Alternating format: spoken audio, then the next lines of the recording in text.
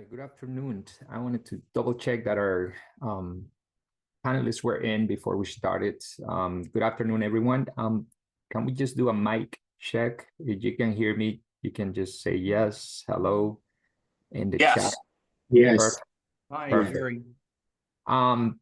So you noticed that you had to register. So I think that is becoming a regular thing for all COPs, all communities of practice, all the meetings. Also, they want that edu email came from PMO and the CAE-CD chairs.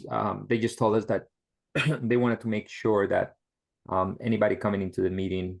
So you had also, they want that the people that do register are also from CAE institutions. I had a couple of people that sign up with their, and so I have the Zoom on the side to make sure I keep checking. Since there was registration, I want to make sure there's any new ones. But what I had 3 people sign up with Gmails and other accounts, and those ones we had to deny from what the PMO told us. So in that sense, I reply back and I say, hey, from PMO, please just register with that edu account, because that's what the first time I created a meeting, it was open to everyone like last one, but this one just takes that extra step. Okay, so welcome everyone to the CAE-CD, and I'll share my screen for a second before we get right into the panel, just to share with you the agenda for today. And I want to make sure it's showing. It should be showing. So today we're going to start the meeting. We're going to have a panel discussion. The name of our group is Working, and I think we changed this a little bit. That's not the document that I wanted. This is the one on the website. We'll update it. The name of the group, Working Non-Traditional and Military Students Initiative. There were some changes that had to be made due to the new administration and the new requirements. PMO went through the names and they said that this one is okay. Some of you had expressed some concerns. How do we move forward? Because we had some language in there that might not work. This is the one they came back and say it's okay. So we're going to have quarterly meetings. We have the previous one today. We have a really good one. We're going to have 3 panelists, and I'm going to allow the panelists to introduce themselves from 3 different institutions. They're going to share a little bit their biographies and stories. And then after that, we have prepared some questions that we're going to ask the panel, go around. This is going to take about 45 minutes. We have from 3 p.m. to 4 p.m. At the end, we'll have a Q&A if there is time and the panelists are willing to take some questions from the audience. The looking ahead is the one thing that I want to emphasize. So the looking ahead is I'm going to send out a survey. The co-chairs of this group are going to put a survey together. So what we want to know is your institution doing something particular to help, you know, the students in general and groups of students that need extra help? What are some initiatives that you have going or that your institution has going? So that's one. We want to take that and then share with everybody else. Those are the resources. Maybe one of you says, hey, that's a great idea, and talk to your student life, talk to your deans, provosts, campus college presidents, and say, hey, we need to do this to improve the lives of our students. And then what services do you think that you should have that are not there? Even if you have some, what are other things that, and then we can help promote that. And maybe, again, as a group, we can maybe push, you know, to create some new resources that will help and aid our students in a much better way. So in that sense, that's what it will be. And then our next meeting, what we have thought about is we're going to do another panel discussion, but for that one, we're going to have students. So if you have any students that meet some of these criteria, that you have them right now, maybe a recent graduate, a transfer student that went through some of this and they overcame obstacles and were able to be successful, we would like to hear from them. And then another survey will go out to the students to kind of get an idea so that if you have students like that in your classes, you're able to serve them in a much better way. So that's what today is going to be about. We have 3 panelists, and I'll start no particular order, just I think they're in alphabetical order from first name. So the first is Dr. Cecile Washington. You can turn on your mic and introduce yourself. Good afternoon. Cecile Washington. Sorry. Can you hear me? Yes, I can hear you. Okay. Good afternoon again. My name is Cecile Washington. I'm a professor of cybersecurity at Florida State College at Jacksonville, the best community college in the world. Just want everybody to know that. Let me tell you a little bit about myself. I started off a little bit about myself. I started off as a K-12 teacher. I taught middle and high school CTE. So my undergrad is in business administration, but I got a concentration in MIS. So I taught computer science at several middle and high schools. Then on the side, I was teaching adjunct for a while, and I went back and earned my terminal degree online, which was the best thing ever happened. Being able to earn a degree online was excellent. I'm married. I have 2 kids. One is in industry and one is a director at the Food and Drug Administration. So he did get that email. Asking him what he needs to do. So, that's a little bit about myself. You know, I come from, I call it a low resource background. Both my parents, you know, my mom was an elementary ed teacher, but I still say a low resource background. Teachers didn't make a lot of money. My dad, he worked a bunch of jobs. He was a counselor, but I still consider myself low resource family. We worked hard, and having these opportunities really improved my life. Having these opportunities, and Nova Southeastern so enough helped me when I got my master's. And I see Dr. Levy is in the classroom. I was one of his students.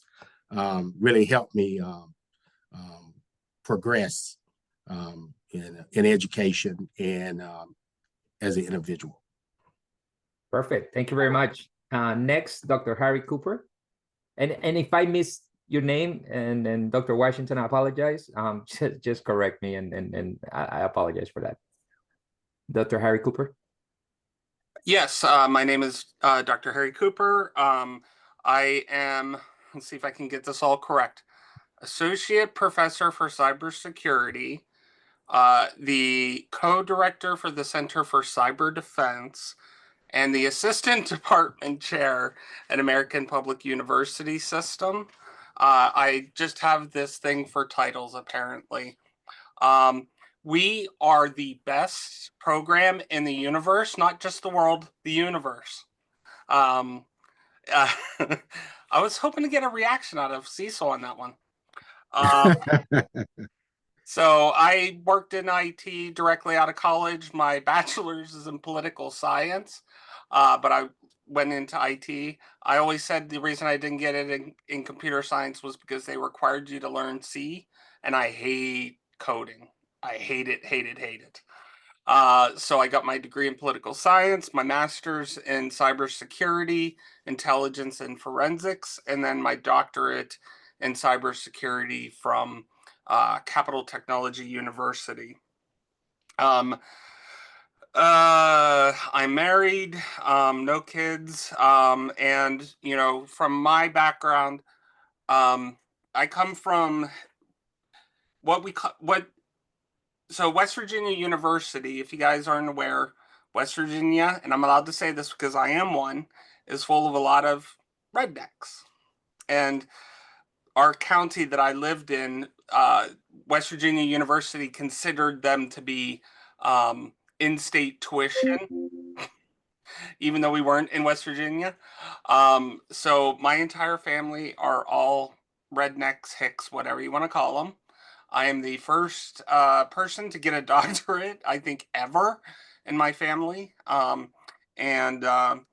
know, having, you know, that experience of basically, you know, most of my family not having any degrees of any type, you know, trying to get this initiative going is key for me, because I want to make sure that other people like me can get away from, you know, the redneckiness, etc.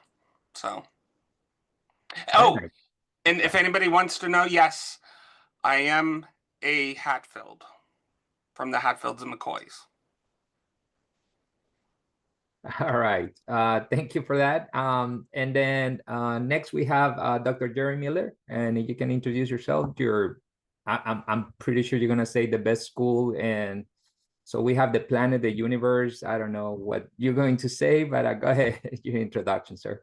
I'll just say, come and see us. You'll know the difference when you see us. I am Jerry Miller. I'm a retired Air Force colonel. So I started off at the Air Force Academy to get my bachelor's degree, and there are some more stories that hopefully I'll relate throughout the panel today on that. Right now, I'm an assistant professor at Florida Agricultural and Mechanical University. Go Rattlers.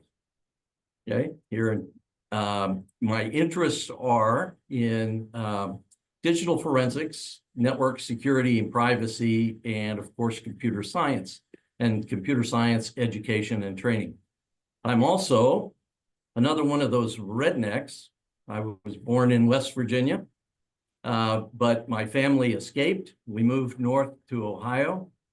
So that's where I grew up. And then I left, went to the Air Force Academy, stayed in the Air Force for 27 years and returned only to that part of the world for a week or two at the most at any given time. Prior to my assignment here as an assistant professor, I was at Florida International University in Miami. So I can't say much about the university systems there. Otherwise, I'll be in trouble. I was an associate director in the Knight Foundation School of Computing and Information Sciences there. So on en route, and why I think I'm part of this panel, is I received a master's degree in management and human relations while I was working my way in the Air Force. One of those things that we did in order to make sure we were going to get promoted. Later on, I always had a burning desire to come back and get a real education, if you will. And so I returned once I got retired and got to FIU and got my master's degree in telecommunications and networking. But I was working full-time and deploying full-time throughout Latin America for projects while I was getting that degree. And then finally, my PhD, again, I was associate director, so I was affiliated with the university, but I worked my way through doing my day job and doing night job there, attending classes whenever I could and however I could in order to get that PhD, and I graduated in 2023. So it's been a long, long road to get that and start over as an assistant professor here at Florida A&M, and I'm delighted to be here and delighted to be a part of the panel today. Thank you all for inviting me, and look forward to some great questions. Thank you. And so I see that some of you covered on this, but maybe we left a little blank. So either one of you, what motivated you to return to college as a non-traditional student, and how did that decision impact your career? Let me start off. We applied for a grant at the middle school I was at in Jacksonville. And it's a grant. I forgot the name of the grant, but it talked about robotics. It's a robotics grant. That's all I remember. And then we were starting to offer an introduction to computer science course in the middle school area. So I needed to go back and get my skills up, even though I had an undergraduate in business and MIS. I needed to get the theoretical foundation for making sure I was delivering instruction better for my middle school students. So that's why Nova came right in hand for me, because I had to go there for a couple of weekends, and I did a lot of stuff online, and I was able to use all the skills and knowledge that that Nova provided for us. So it was like I was like the guru for Duval County schools, because all the middle and high school teachers would call on to me because I was doing a lot of innovative stuff at that time. And that was in the early 90s. And that was one of the main reasons why I went back and got a master's degree in computers. That was the big reason, to make sure I could facilitate the information to our students. Dr. Cooper? So yeah, whenever I was working in IT, I was working for a software company. The husband and wife that owned the company decided to get a divorce and proceeded to blow up the company to spite each other. So the state of New York says to me, "You have an interesting skill set. We don't think you're going to find a job in that area of New York anytime soon. So do you want to start a business?" So they paid for me to start a business.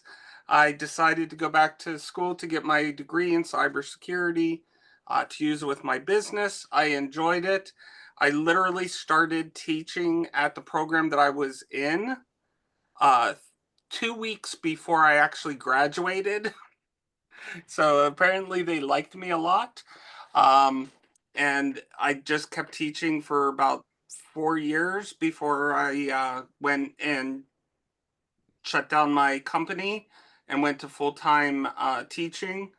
And if anybody here knows, if you want to get a good, solid position in any college or university, you have to have the doctorate. So I said, okay, I'll go do my doctorate, and got that in 2018. So it just kind of happened, So I got the degree to make my business work better, and found, that I really did love teaching. Dr. Miller, anything you missed on your intro that you want to add? I'll add a couple of things.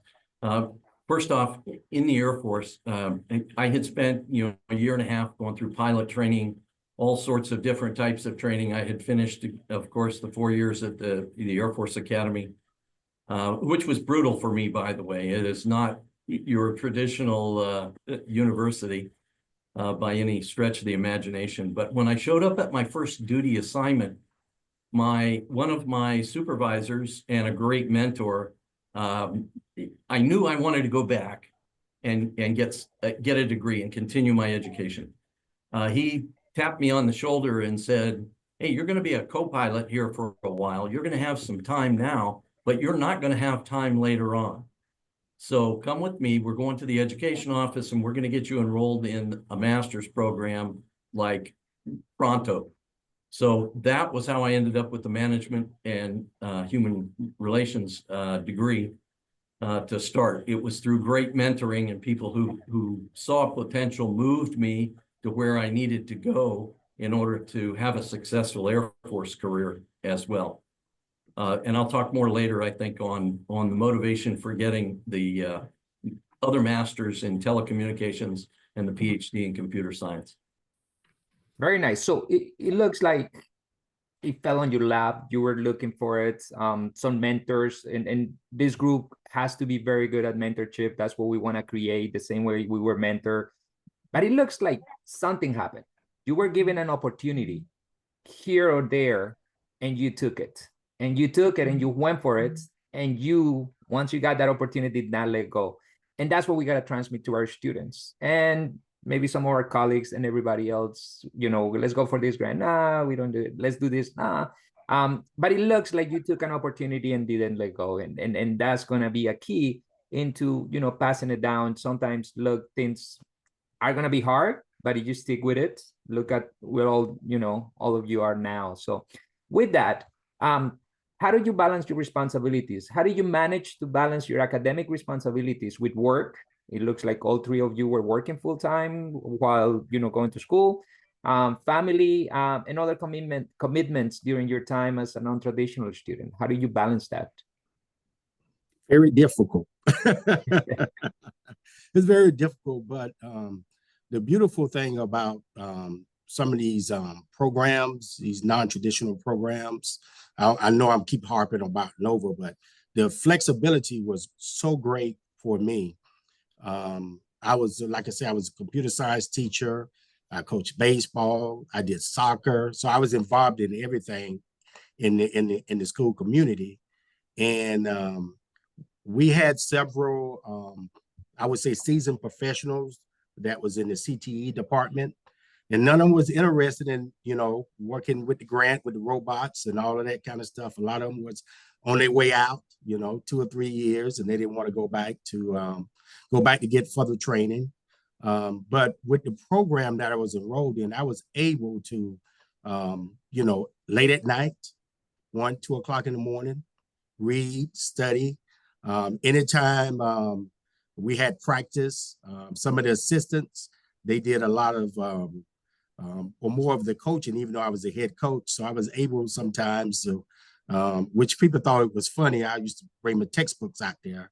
And while we was having practice, I was going through textbooks because I knew eventually I had to put this term paper together, turn all my assignments in, all my artifacts, do everything I needed to do. But and then my spouse, she was the best thing ever happened to me. It's very detail oriented. She kept me on a schedule. She'd put little notes on the refrigerator for me, remind me this assignment is due, this assignment is due. So she kind of balanced the life. And then she made sure that I spent enough time with my 2 sons, and I gave her date night on Friday. So that's how I balanced it out. Dr. Miller, Cooper? How did you guys work that balance? I'll go. I want to pay tribute to my mother, who, when I was in my junior education, prioritized for me that education was a priority. And when you got home from school, you sat down and did your homework immediately because that was the priority. So that kind of carried through. It also carried through with the military. And what I learned from all of that training essentially was, hey, you need to prioritize and compartmentalize the work that you're doing. You need to find that time that you're going to do that. And then you also need to balance life a little bit. You can't continue at that pace, the 2, 3 in the morning constantly. And as Cecile said, the date nights were great. That helped me as well to get with family. You've got to pay attention to them. You've got to do the right things and continue. And I think the biggest thing is, and you mentioned it earlier, Diego, you've got to have the grit, the stick-to-itiveness to stay on that schedule and just keep pounding it out. From my side of things, if you have a spouse, 1, they're going to suffer. Because if I'm suffering, they're suffering type deal. 2, they're going to be your copy reader, always. You know, because you can never self-edit yourself. So forewarn them of that. I lucked out my spouses in computers as well, so that makes it a little easier. So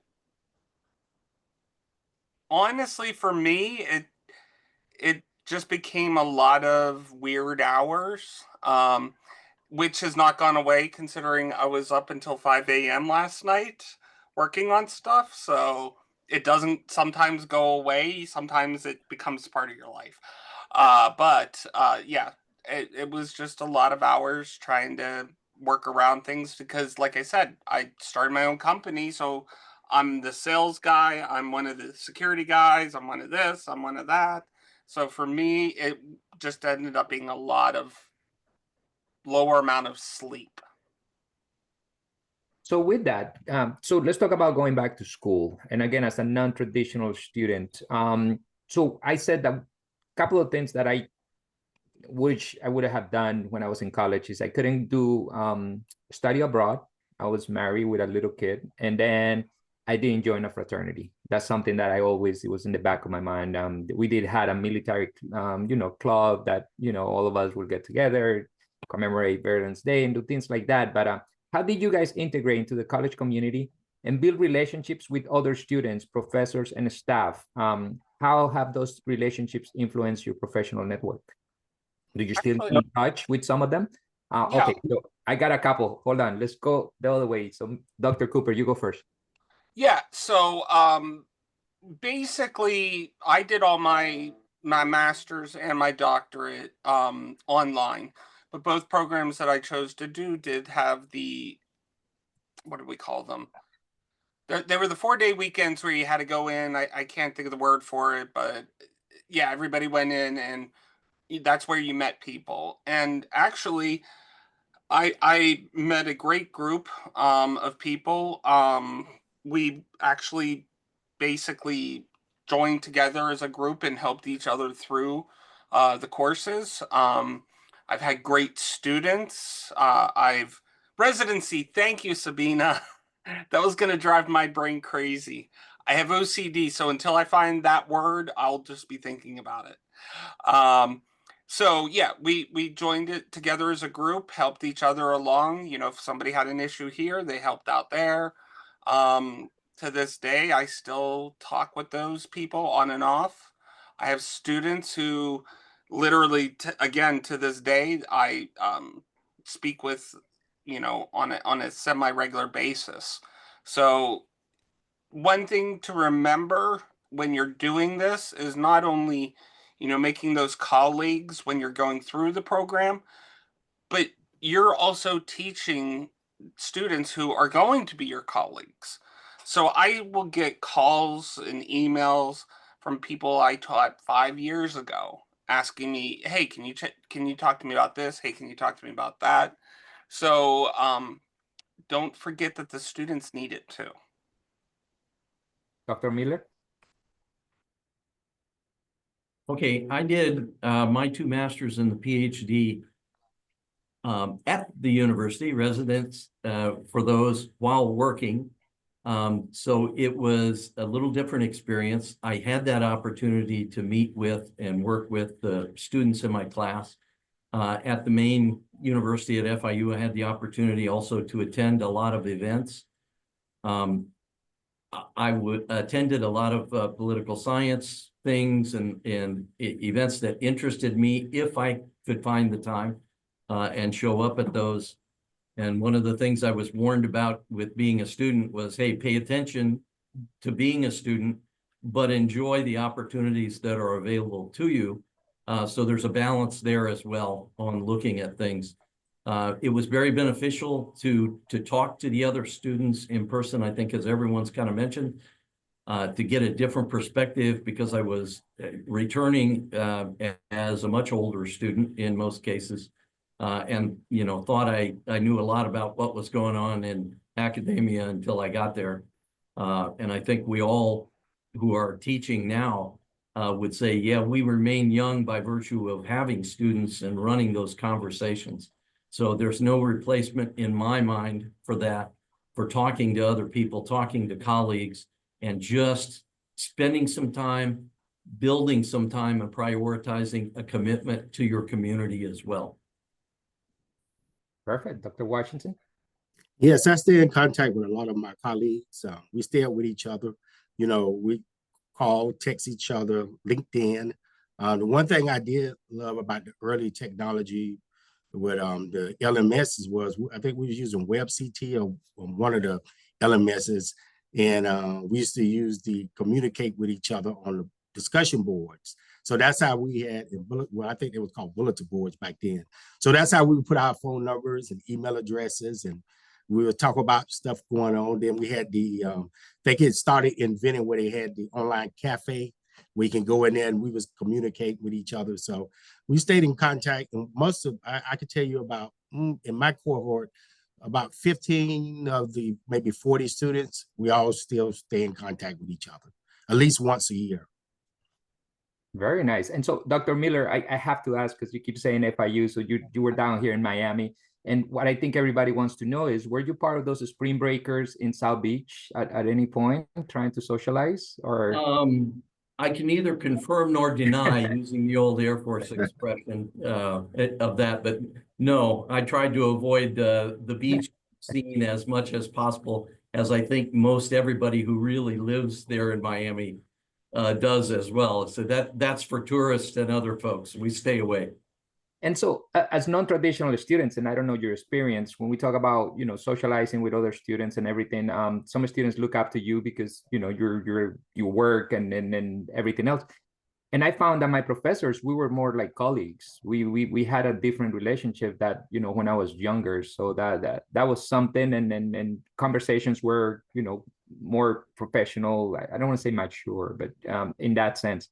So moving on, I do want to know the next thing, financial management, because you decide to go and keep going because you want to improve your life. So there is something in there with the financial, you know, stability that you want to create for yourselves and your families and everything else. How do you manage the financial aspects of being a college student, including tuition, textbooks, other expenses? How have those financial management skills benefited you in your career? Have they carry over? Go ahead, Dr. Cooper. You're ready to that. Loans, loans, loans, loans, and yeah, more loans.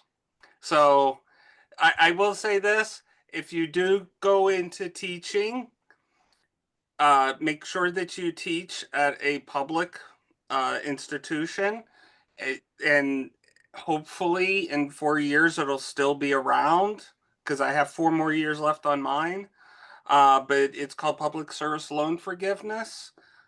You do have to pay for 10 years, but if you do your master's and your doctorate, I'll tell you right now, it will knock off a nice chunk of money. So there will be enough left there. Dr. Washington? Yes, I used Florida had when I got my master's, Florida had a teacher forgiveness loan. So long as I taught 3 years in a Title I school, and it was catered to certain disciplines, a STEM discipline, they forgave my loan. So I got a loan through the Florida Department of Education. Once I did my 3 years, my principal signed off, and the Florida Department of Education waived the loan away. And I think they still have it, but it's mostly for like math and biology. I don't think they're doing computer science anymore, just like for the math and science and pretty much them disciplines right now. So basically I got a degree for free. Nice, nice. Dr. Miller? I had a variety of different things. Again, the Air Force, for my initial master's, paid 75% of the tuition. The rest I had to scrape off and pay for, again, on what I thought was a non-existent salary. But you know, you just kind of find things and you just do it. You just do it. From there on, for the second master's, I was able to use, because I was also working at FIU, I used my tuition waiver for that. Still had to pay for the extra things, of course, the books and parking at the universities, those kinds of things, you know, that you get into. And for the PhD, I used a portion of my GI Bill for later that paid for that. I used a portion of the tuition waivers, and then the rest I scraped up on my own. And so it was a matter of, you know, trying to budget and figure out exactly how you were going to do that and what compartments. I would also say that for those who are looking, there are scholarships out there. Make sure you're talking to the universities and the appropriate people who can lead you to those scholarships and try to get some money at least to help pay for those things. And again, professors know a lot of those because they're writing recommendation letters for different scholarships and see and do different things, professional organizations, etc. So we'll do questions later, but Jeffrey Barnett, do you have a question for Colonel Miller? Do you want to go ahead and? Yes, Dr. Miller. I want to ask Colonel Miller a question. I'm a retired Marine officer myself, Major. And, you know, for us, and this is really as much, I kind of already know the answer to my question, but I think most people here don't even know this exists. And that is that, especially in the Marine Corps, there for the officer rank, there is a I guess you could say, a prejudice against officers getting anything more than their bachelor's degree. We're even counseled by our monitors that if you get a master's degree, much less a PhD, and go off your your pre-chosen path, that it will affect your promotion at some point. And so I know the culture may be different, maybe a little different in the Air Force, but I guess my question to you is, first of all, does that kind of coincide with what you've seen, other than maybe with some exceptions? And then really the question here is, what is there any way that this committee could maybe, of course, we can't change the culture in the military, but what do you think that we could do to maybe reach out to or assist some of those individuals that still go ahead and they get their masters or PhDs, and of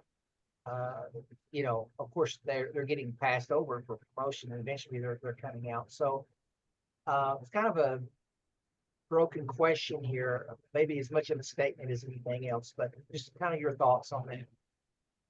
Okay, first of all, Air Force culture completely different. They really encouraged folks to get degrees and to continue to move forward with that.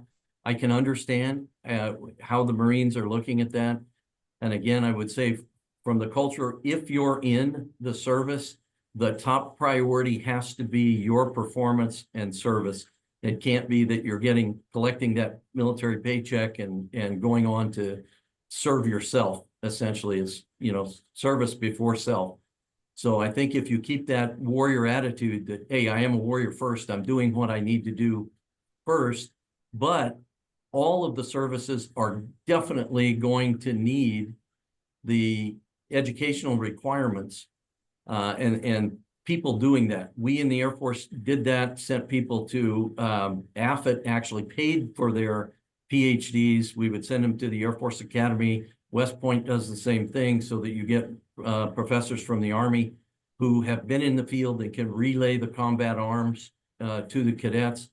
So they'll pay for PhDs to do that. I did not go that route, but I was, again, encouraged by others who had done that. And then the bottom line is, at the end of the day, after 20, 30, 35 years of service, you're done, you're gone, you have a second life. And some of us hope to have 3 or 4 different lives. And, I have the Peter Pan principle. I don't know what I want to be when I grow up. So I'm going to continue to look at things and go forward. And that was a personal choice. And you just have to weigh the balance of that. Yeah, I think what you said there at the very end was, of course, I'm retired myself, and I think it's absolutely true. Of course, it's getting that messaging out for those that went ahead and still got their degree, because, as you said, the military it doesn't matter which branch, okay, they're going to chew you up and spit you out the moment the flavor's gone, and the flavor is gone on all of us at some point. So, but thank you for that. Thank you for that. So, what did you wish you knew before starting your college journey as a non-traditional student? And how has that knowledge now influenced? So you didn't have it when you were a student, you gained knowledge into how you would have loved to do things. And then has that influenced your professional decisions now? I would say in my situation, discipline. The program was so rigorous. I had to be disciplined. So it made me very disciplined. I would say I was average college student, undergrad, had fun, partied, all that kind of stuff. But at the graduate level, nobody's there to really teach you anything.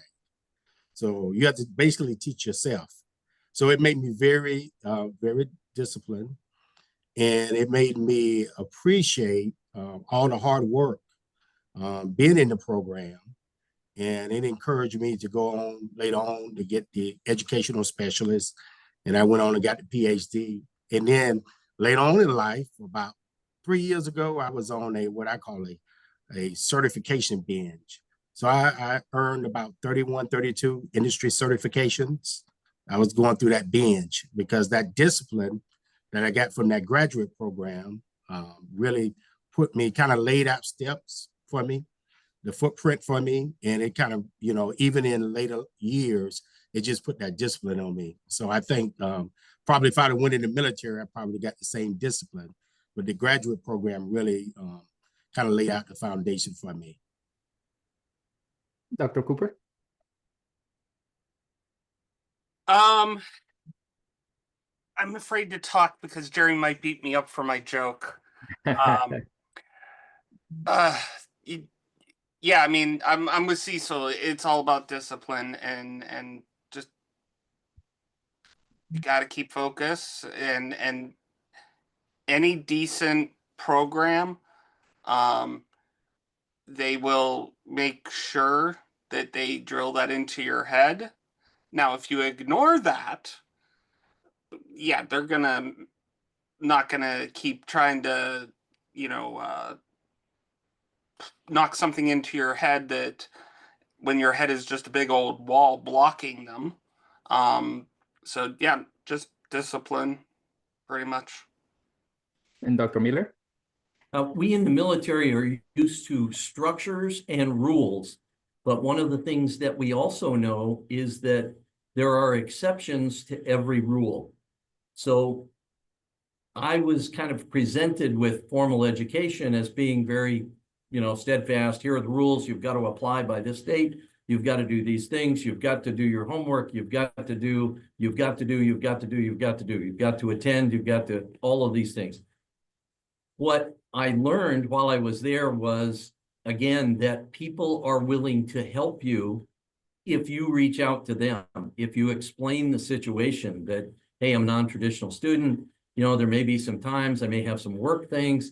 I am willing, able, and I'm going to do my absolute best at the very beginning to prove to you that I'm a worthwhile student. But just in case, you know, I don't anticipate anything coming up, but if it does, you know, would you be able to? And the same thing with the mentoring, ask them what you should do in certain situations.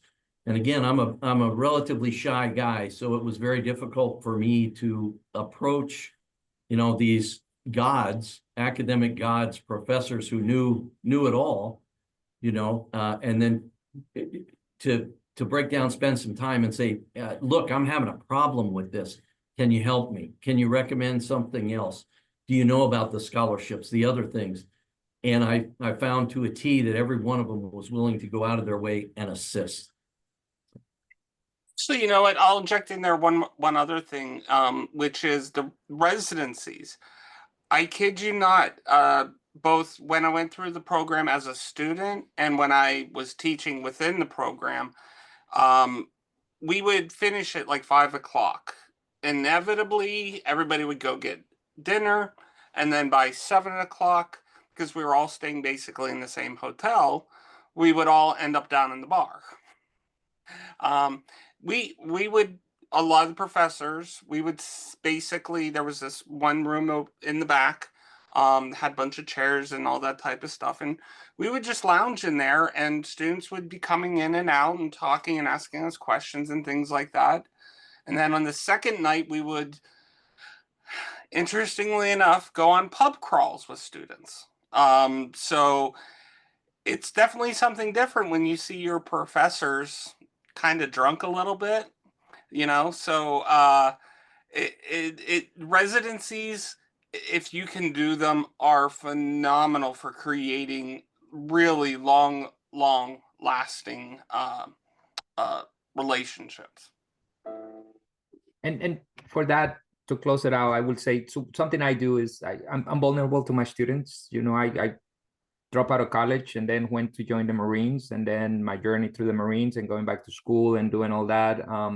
And then the students feel a connection. They like you say, Dr. Miller, we see our professors as this superhuman, and then they're not, you know, and then the more you're able to connect with them. But sometimes we kind of create a barrier in there. So that's like my first day of class, kind of breaking that barrier and say, hey, let's go. I'm here to help you. So in that sense, as a Marine, I have to say to everybody, you notice in the chat, the Army and the Air Force, they're going at it. And that's a typical, military thing. They do that while we, the Marines, do the work. So with that, I'll finish it out. Thank you, Dr. Miller. Thank you, Dr. Cooper, Dr. Washington. We appreciate it.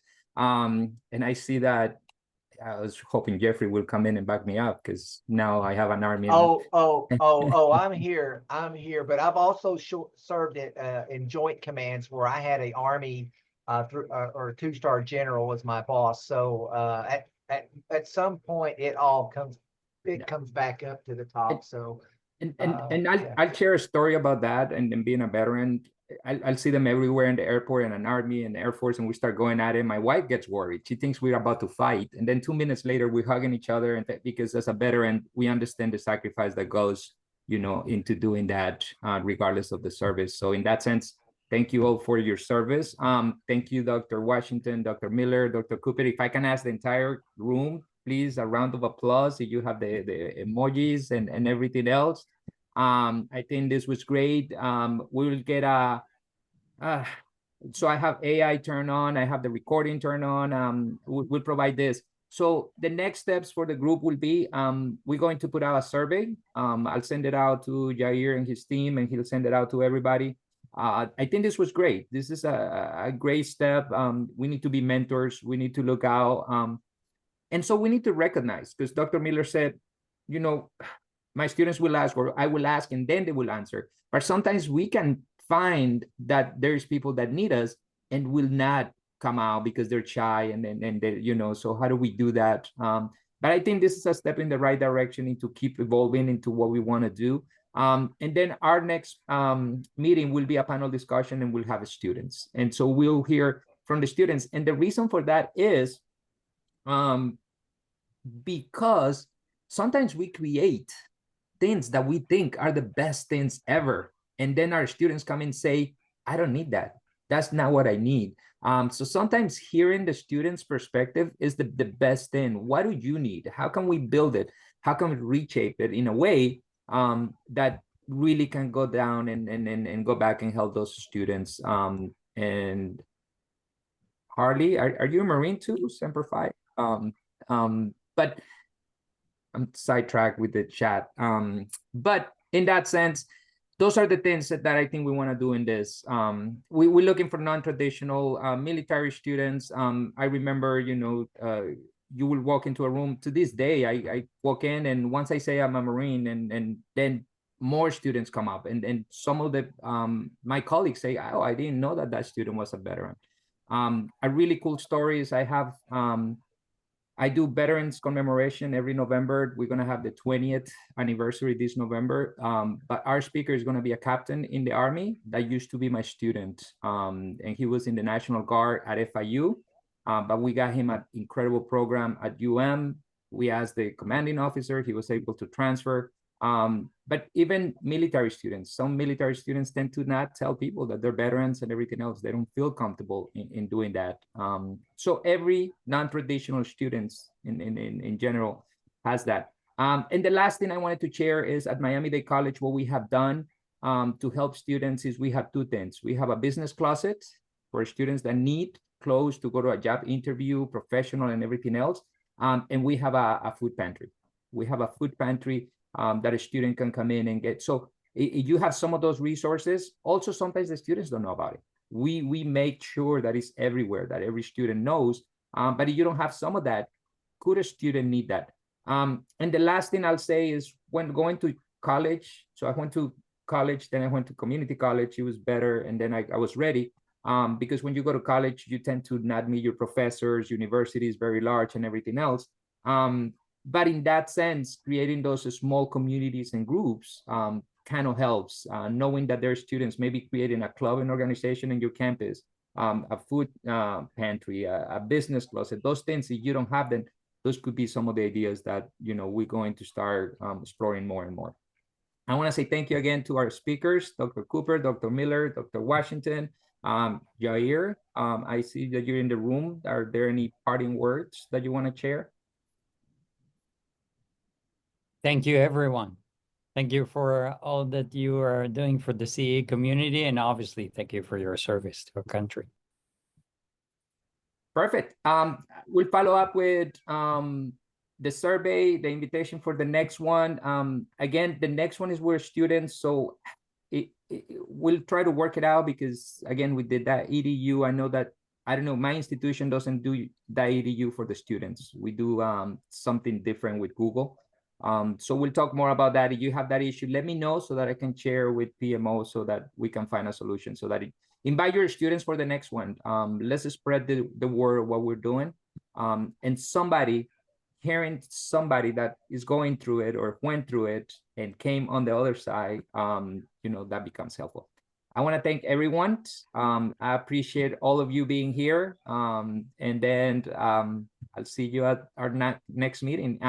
But I think before that, I'll probably see some of you maybe at the CAE symposium. So have a great afternoon, everyone. Thank you for your time, and we'll stay in touch. Thank you. Take care, everyone. Take care, everybody. Excellent. Thank you.